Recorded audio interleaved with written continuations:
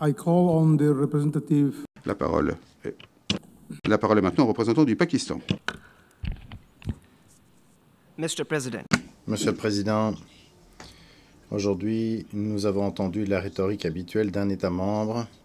Ce qui a été dit était prévisible. C'est une tentative de critiquer le Pakistan sur la base d'une désinformation, mais comme toujours, en l'absence de faits. Donc je voudrais établir clairement les faits. Monsieur le Président, le Pakistan a sacrifié plus de 90 000 vies contre le terrorisme. Ce sacrifice a été reconnu au niveau mondial. Nous sommes l'un des piliers les plus robustes dans les efforts mondiaux de lutte contre le terrorisme, comme cela a été souligné par mon Premier ministre ici même. Les accusations malicieuses de terrorisme par ce pays, malheureusement un pays voisin, sont une tentative délibérée de répéter des mensonges et en espérant qu'en les répétant, ce sera accepté comme étant la vérité. Mais nous savons que c'est loin d'être le cas. Ce pays commet des actes de terrorisme. C'est une puissance qui déstabilise l'ensemble de la région. L'Asie du Sud est prise en otage par son idéologie radicale qui, malheureusement, inspire la haine, la division et la xénophobie. Et donc, je voudrais mettre cela en perspective. Tout d'abord, ce pays fait partie de la ligue de ceux qui occupent de manière illégale des territoires, qui oppriment des populations et qui violent des droits humains fondamentaux, comme c'est dans le cas du Jammu-Cachemire occupé illégalement. Le terrorisme d'État avec des assassinats extrajudiciaires, des arrestations arbitraires, des sanctions collectives sous prétexte de la lutte contre le terrorisme. Deuxièmement, c'est ce pays qui gère un réseau terroriste transfrontalier avec un réseau clandestin au Pakistan, mais ailleurs également. Ce pays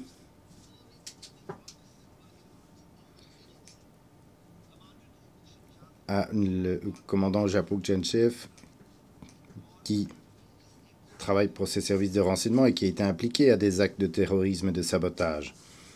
Troisièmement, nous avons entendu l'affirmation concernant un incident. C'est devenu maintenant une histoire habituelle. Lorsqu'il y a un incident, le Pakistan est constamment décrié, sans preuve, sans aucune logique, sans aucune enquête. Le Pakistan, en tant qu'État responsable, s'associe aux autres membres du Conseil de sécurité pour condamner l'incident de Kaladan. Par ailleurs, le Pakistan a proposé une enquête indépendante et crédible. C'est une offre qui a été rejetée de but en blanc. Il n'est pas surprenant qu'aucune preuve concernant cet incident n'a été produite par ce pays. Et puis on utilise cet incident comme prétexte et en violation flagrante du droit international. Il y a une agression qui est lancée contre le Pakistan du 7 au 10 mai. Ça a donné lieu à 54 pertes de vie, dont des enfants et des femmes. Mon pays, face à cela, a répondu de manière adéquate. Nous avons exercé notre droit à l'autodéfense consacré par l'article 50, paragraphe 1 de la Charte. Et cette réponse a visé uniquement des cibles militaires, ce qui a donné lieu à des pertes militaires importantes pour l'agresseur. Le comportement de ce pays est un précédent dangereux pour l'ordre international. C'est un exemple pour les États qui souhaitent violer le droit international et procéder à des assassinats extraterritoriaux, menacer leurs voisins et commettre des actes d'agression.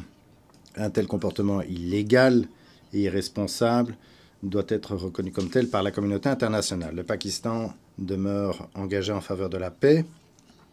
Plus de 1,9 milliard de personnes en Asie du Sud, un quart de la population mondiale, mérite la prospérité et la stabilité. Mais ces objectifs ne peuvent être atteints par les menaces, l'intimidation. De vrais progrès nécessitent la sincérité, le respect mutuel, le dialogue et la diplomatie. Des principes que respecte le Pakistan.